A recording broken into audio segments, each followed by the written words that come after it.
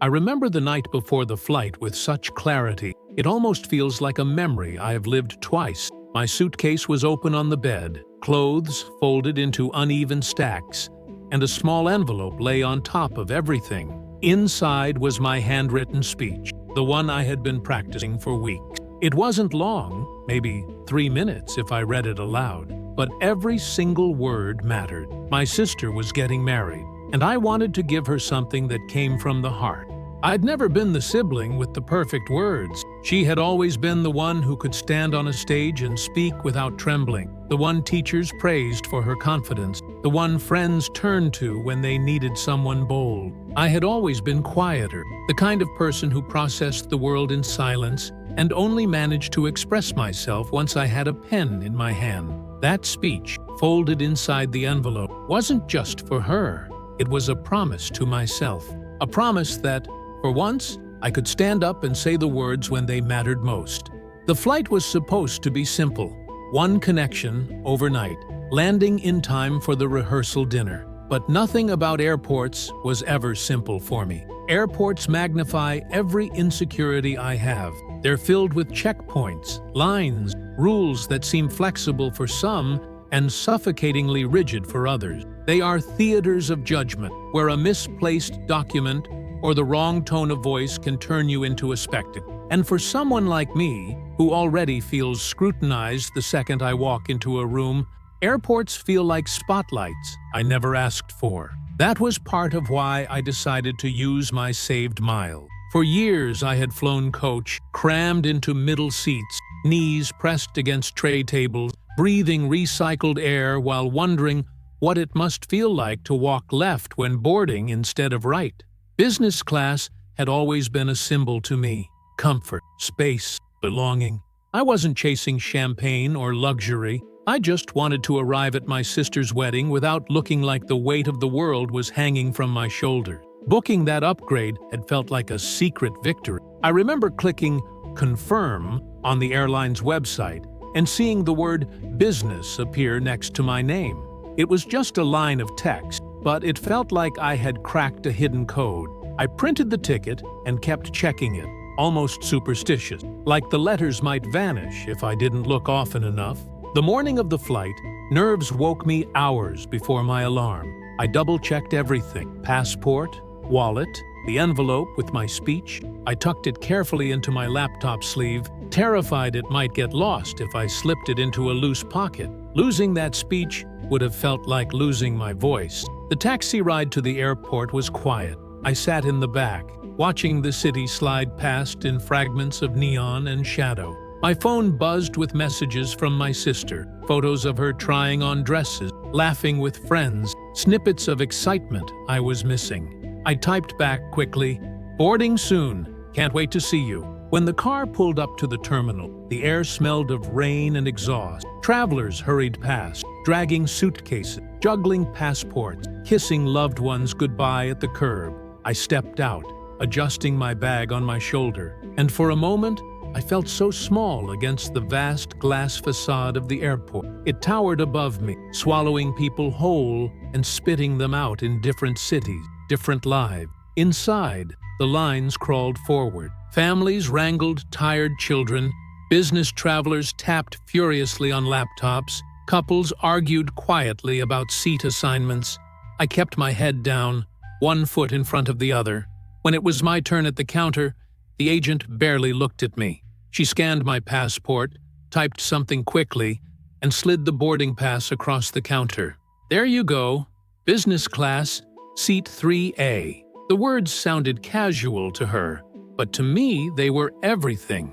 I looked down at the paper. There it was again. Business.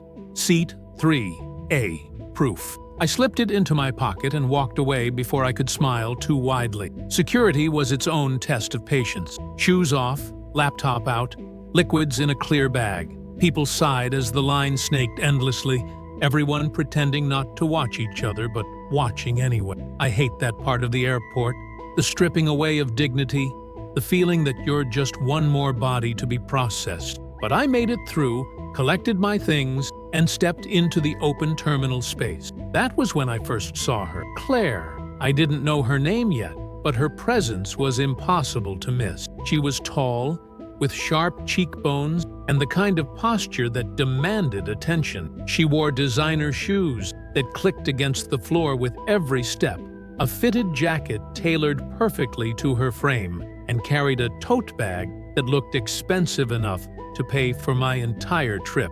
She walked like the airport was her personal runway. I might not have noticed her, except she made sure everyone noticed her. She was at the check-in desk, leaning over the counter, her voice carrying across the terminal. "I need my upgrade cleared," she said, emphasizing the word "need" like it was law. "I'm not sitting in coach. Do you understand me?" The agent remained calm. "Upgrades depend on availability, ma'am. We can't confirm until closer to boarding." Claire laughed sharply. "Trust me. I'll be in business. Make it happen." Her eyes flicked across the waiting area, daring anyone to contradict her. For a second, they landed on me. I felt the weight of her gaze. Hoodie, scuffed sneakers, a backpack that sagged from years of use. Her expression shifted almost imperceptibly into disdain. She didn't even try to hide it. To her, I wasn't worth the airspace. I dropped my eyes quickly, pretending to study the departures board. But something about her tone stuck with me, like a burr under the skin. I told myself it didn't matter. She was a stranger. We'd never speak again.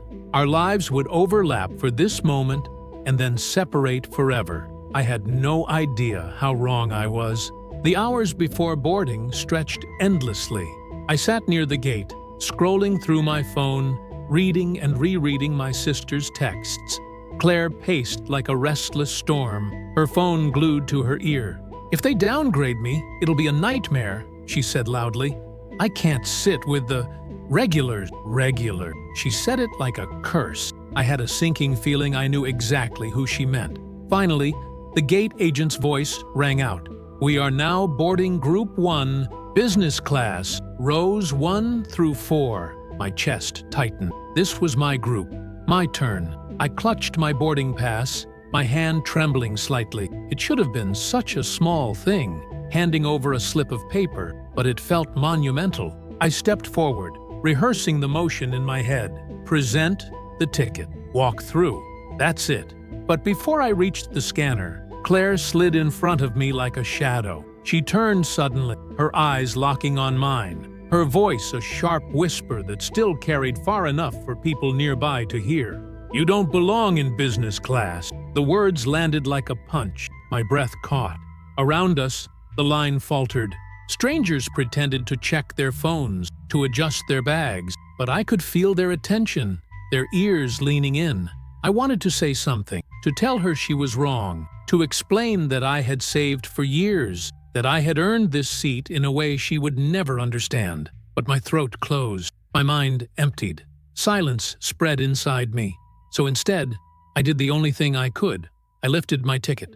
Quiet, calm, proof. The letters were there, bold and undeniable. Business 3A. The gate agent scanned it with a soft beep, looked up with a professional smile, and said warmly, "Enjoy your flight." I stepped forward. Behind me, the silence hung heavy, punctuated only by the shifting of feet and the faint rustle of boarding passes. Claire's face flushed. Her lips parted like she wanted to retort, but no sound came. For the first time, her certainty had no place to land. I walked down the jet bridge, my pulse pounding, the echo of her words still buzzing in my ears. "You don't belong." But I was already through the door, already left, and for the first time in my life, I turned left instead of right. The jet bridge was narrow and cold, the air conditioning humming overhead as footsteps echoed off the metal floor. Each step felt heavier than the last. The silence of Claire's words still clinging to me. "You don't belong." They repeated in my mind like a cruel mantra, syncing with the rhythm of my shoes on the floor. At the aircraft door, a flight attendant smiled warmly. Her name tag read Ava. Her voice carried the kind of practiced calm that comes from welcoming thousands of strangers while sensing instantly who needed reassurance. "Welcome aboard," she said. I nodded, murmuring a quiet thank you as I stepped onto the plane. And then, my moment. I turned left. For years, I had turned right, toward narrow aisles, cramped rows, the familiar shuffle of backpacks and elbows. But this time, I stepped into the world behind the curtain. Wide seats lined the aisle. The air even smelled different, like leather and citrus instead of stale carpet. Business class was hushed. Passengers already settled into bubbles of quiet productivity or calm detachment. I found 3A, my seat, proof that I did belong, whether Claire liked it or not. I slid my bag into the overhead, my hands trembling slightly. As I sat, the leather was cool under my palms. I wanted to sink into that feeling, to let the space itself reassure me, but the sting of her words still burned. Claire's voice carried from the galley. She had followed me onto the plane, her heels clicking like punctuation. She stopped short, her disbelief sharp enough to cut the air. "You're in business," she demanded, loud enough that 2 passengers looked up from their newspaper. I didn't answer. I didn't need to. My ticket had already spoken for me. She shoved her phone toward me, screen glowing. "See? 3A. The font looked strange, the number slightly off. Her thumb pressed suspiciously near the top of the screen. Before I could respond, Ava appeared, calm but firm. "Ma'am, may I see your boarding pass?" Claire hesitated, then handed it over with an exaggerated sigh.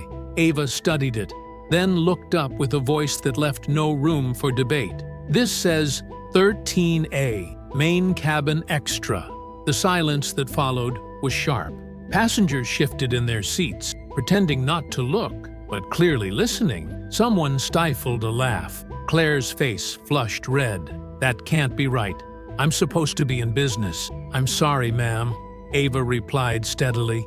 "You are assigned 13A. Please take your seat so we can continue boarding." Claire's eyes flicked back to me, scanning me from head to toe with open disdain. Her words cut sharper than before. "She doesn't even look like business." I felt the heat rush to my face. My chest tightened, but I stayed silent. Ava's presence was a shield between us. "Seating is settled," Ava said firmly. "Please take your seat." Claire huffed, grabbed her bag, and stormed down the aisle toward economy. The curtain swished closed behind her, like the end of an act. I exhaled slowly, sinking into my seat. The quiet in the cabin returned, but inside me, the echo remained. "You don't belong." The boarding process finished around me in a blur of rolling suitcases, muffled greetings, the occasional cry of a child. A man across the aisle caught my eye, a neat beard, navy sweater. He gave me a small nod, the kind that said, "I saw what happened." I nodded back. Sometimes entire conversations live in gestures no one else notices. The seatbelt sign chimed, the engines roared. As the plane accelerated, I pressed my head back, letting the force of takeoff drown out Claire's voice for just a moment. City lights blurred below, then vanished into a blanket of cloud. We leveled off, the cabin settling into suspended quiet. Ava moved down the aisle with practiced choreography, checking belts, handing out pre-departure drinks. When she reached me, her smile softened. "Sparkling wine or juice?" she asked. "Juice, please," I said, my voice calmer than I felt. As she handed me the glass, she lowered her voice just slightly. "Let me know if you need anything." It wasn't a script, it was an acknowledgement. I saw what happened. "I'm watching." I thanked her, and she moved on. Minutes later, the curtain behind us rustled. Claire slipped through like a storm cloud. "I think there's been a mistake," she said, her voice sharp. "She has my meal preference." Ava's hand lifted, firm. "Meals are assigned by seat, ma'am." Claire leaned closer to me, her smile tight. "I selected vegetarian. That's probably yours." "I also selected vegetarian," I said quietly. Her eyes narrowed. "Of course you did." Ava stepped slightly between us. "Please return to your seat, ma'am. We'll begin service shortly." Claire retreated, muttering under her breath, but not before promising, "I'll be back to check my actual seat assignment when someone sensible is available." The curtain closed again. The air felt cooler. Across the aisle, the man in the navy sweater raised his eyebrows in sympathy. I almost laughed. Almost. I distracted myself by checking my phone. My sister had sent another photo. This time of her dress, the hem pooled around her ankles, her toes peeked out. Nails painted a soft pink she would never have chosen before she met him. I typed quickly, "In the air, see you soon." The 3 dots appeared, disappeared, then reappeared. "Can't wait. Don't cry at my vows." I smiled despite myself. "No promises," I replied. The first bump of turbulence came like a subtle warning. A glass clinked. Somewhere behind the curtain, a child giggled nervously. Passengers glanced up, then down, then at Ava, reading her expression like a weather forecast. She moved calmly, steady as stone. Nothing had happened. The second bump arrived with friends. The floor shifted an inch, then another. My stomach lagged behind, catching up on the third. The seatbelt sign chimed again, stern and unyielding. Belts clicked in unison. The drink cart locked in place with a decisive snap. Ava and her colleague braced themselves like dancers waiting for the music to change. From behind the curtain, voices rose. Zippers rasped. Overhead, bins rattled. "Please remain seated," came the steady voice of a crew member. "Please remain seated." The man across the aisle gripped his book tightly, knuckles whitening. He wasn't reading anymore.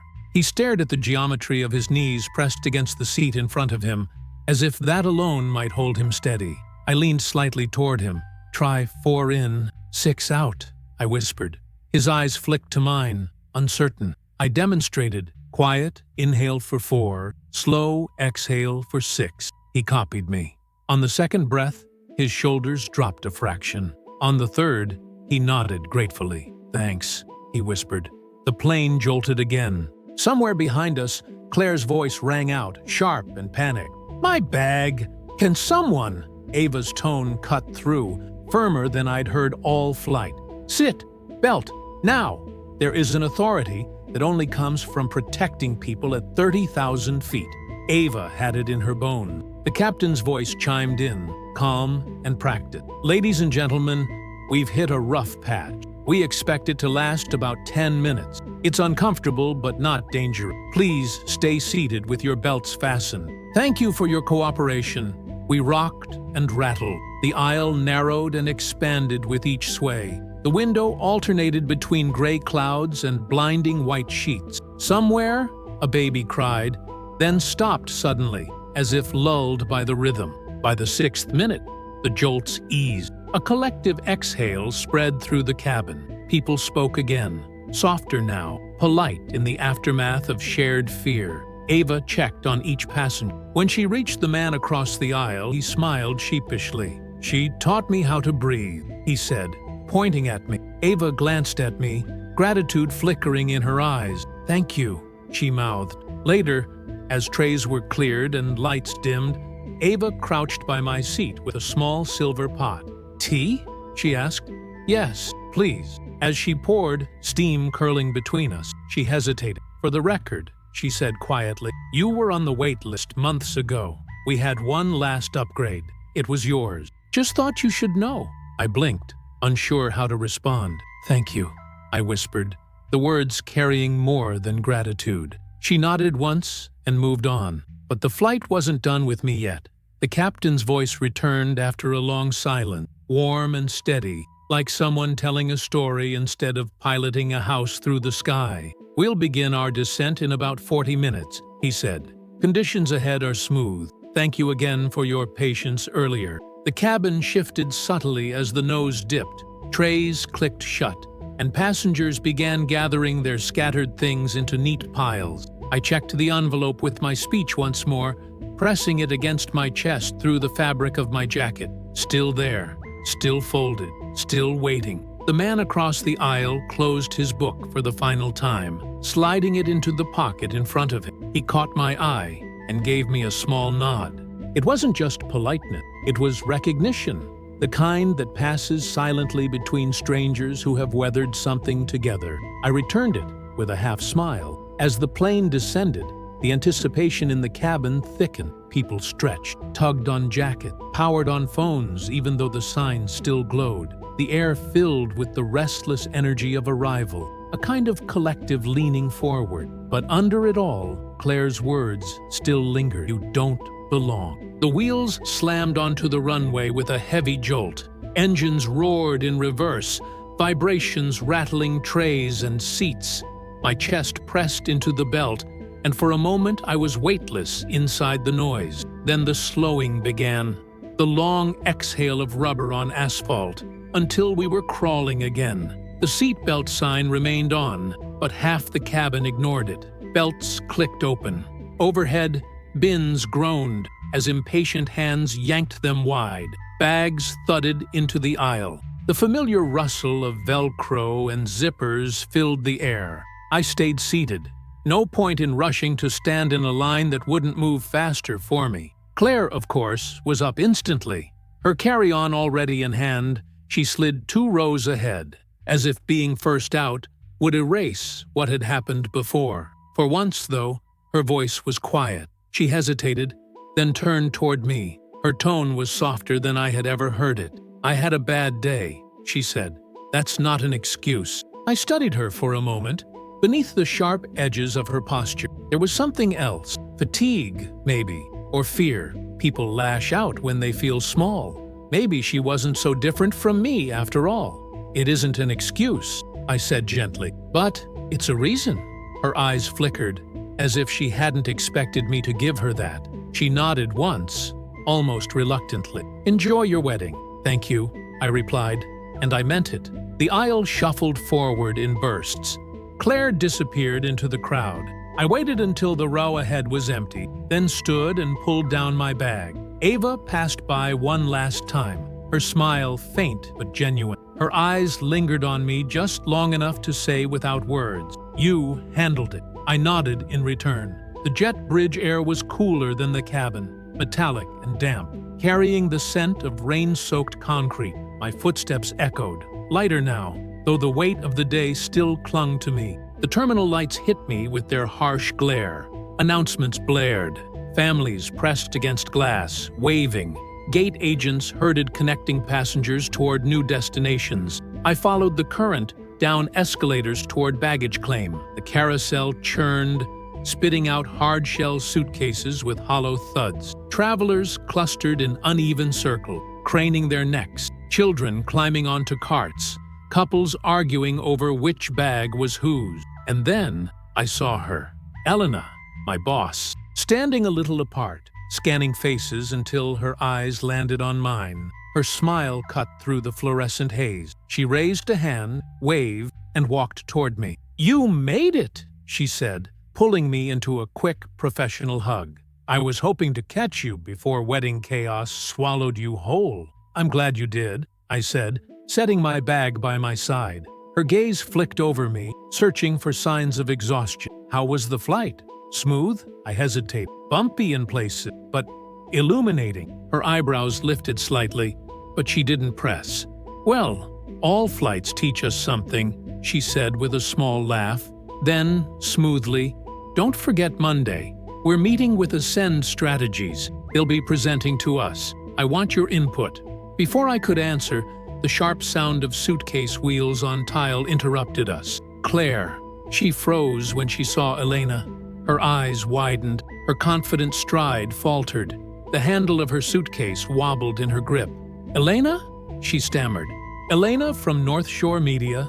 Elena turned, pleasant as always. "Yes?" Claire dropped her suitcase upright, clutched the handle like an anchor. I'm Claire, from Ascend Strategies. We're presenting Monday. I emailed you." Elena's smile didn't waver. "Yes, of course. We're meeting Monday. Have you two met?" She gestured casually between us. "This is my name, the decision-maker on the account." The air froze. The carousel's rumble faded. The announcements blurred into static. Claire's face drained of color. Her lips parted, then closed again. I looked her in the eye, calm, controlled. "Hello?" Claire swallowed, glanced at Elena, then back at me. Her confidence crumbled, piece by piece. "About earlier, I'm sorry." I nodded once. "Thank you. Monday. Let's focus on the work." Her lips pressed thin. She lowered her gaze, adjusted her suitcase handle, and wheeled it slowly away, smaller than she had seemed all day. Elena studied me, curiosity flickering. "Do I want to know?"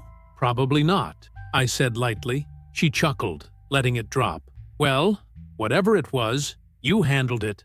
The carousel spat out my suitcase. I pulled it off, the weight steady in my hand. Together, we walked toward the sliding glass doors. They parted with a hiss, and the night air spilled in, cool and damp, washing away the recycled cabin air. I breathed deeply. Something inside me finally loosened. Claire's words still echoed. You don't belong. But now they sounded smaller, stripped of their sting. Sometimes justice doesn't roar. Sometimes it arrives quietly, under fluorescent lights, when the universe tilts just enough to remind you that dignity has its own gravity. I gripped my suitcase tighter, stepping into tomorrow. The wedding morning dawned with sunlight spilling through my hotel curtain, golden and deliberate, as if the world had decided to give my sister the perfect day. The city outside hummed to life, but inside my room, all I could hear was my heartbeat and the rustle of my suit as I dressed. My phone buzzed, a message from my sister. It's today, don't forget your speech. Followed by hearts, champagne glasses, and a bride emoji. My palms immediately began to sweat. I dressed carefully, tying my tie twice before it looked right. In the mirror, I whispered to every version of myself who had never felt enough. We made it. The venue overflowed with laughter and music. Guests mingled in the garden, the air heavy with the scent of flowers. My sister stayed hidden until the music swelled. And then she appeared. Time slowed. She walked down the aisle radiant, her smile brighter than the sun. My chest ached with pride, tears stinging my eyes before I could stop them. I thought of the little girl who once held my hand on the first day of school, the one who had always shown me I belonged. And now here she was, walking into the life she chose. The ceremony blurred in a rush of vows and applause. At the reception, dinner plates clinked, glasses chimed, and then the microphone was passed to me. My legs trembled as I stood. The room quieted, all eyes on me. I unfolded the paper, smoothed the creases, but the words blurred. For one terrifying second, I thought I would fail. Then I looked at my sister. Her steady smile anchored me. My voice came, shaky at first, then stronger. To my sister, the one who has always taught me what it means to belong. I spoke of our childhood, of how she made space for me at tables, defended me when others mocked, showed me that belonging isn't given, it's created. And then I told them about yesterday. On my way here, someone told me I didn't belong, and for a moment, I believed them. But then, I remembered my sister. I remembered that belonging isn't about a ticket, or a seat, or anyone else's approval. It's about love, and standing where you are, even when others say you don't fit. The room was silent. My sister covered her mouth, tears streaming. The groom squeezed her hand. I finished softly. Today she begins a new chapter, and I know she will teach her new family, just as she taught me, that belonging isn't about where you sit. It's about who you stand with. Applause erupted, warm and overwhelming. My sister reached for me, whispered through tears, "You'll always belong with me." Later, outside under the night sky, my phone buzzed again. A message from an unknown number. "Thank you for your kindness yesterday. I'll remember it." I didn't need to ask who it was from. I typed slowly.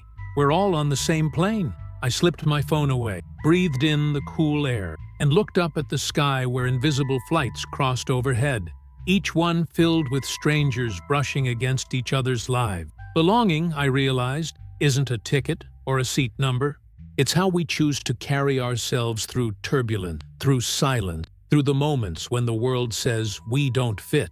And sometimes the quietest truth is enough to silence the whole room. That night, with music drifting from the reception behind me, I knew I belonged, and I always had.